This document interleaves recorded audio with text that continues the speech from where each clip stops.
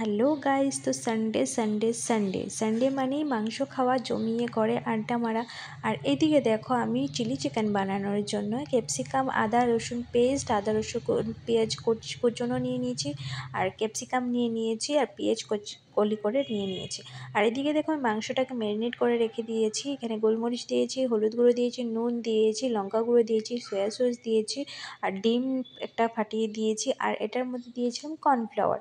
আর এদিকে দেখো, আমার ক্যাপসিকামটা মানে চিলি চিকেনটাও রেডি হয়ে গেছে, আর এদিকে তোমার যেটা মুরগির ঝোল করেছিলাম সেটাও হয়ে গেছে। আর এদিকে দেখো, তারপর শাড়িকে নিয়ে আমি ফাংশনে চলে গেলাম, মানে শাড়ির প্রোগ্রাম ছিল, তো এখানে দিতে নিয়ে গেলাম। অনেকটাই দেরি হয়ে গেছে, আর এতটা গরম ছিল মানে বলার মতন, আর মানুষও অনেক ভিড় হয়ে গেছিলো। আর এদিকে দেখো, শারীরিক গরমে কি করছে, মেকআপ একদম গলে গেছে ওর।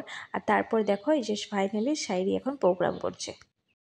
এইদিকে দেখো, ওরা স্টেজে উঠেও খেলা শুরু করে দিয়েছে, মানে বলার মতন। আর গরমে চারিদিকে যেগুলো মেকআপ করে নিয়ে গিয়েছিলাম, একদম ঘেমে একদম শেষ হয়ে গেছে। আর আমিও শাড়ি পরে গিয়েছিলাম, আর শাড়ি তো পরাও হয় না, আর অনেকটাই গরম লাগছিল। তো শাড়ি প্রোগ্রামটা একটু দেখে নাও।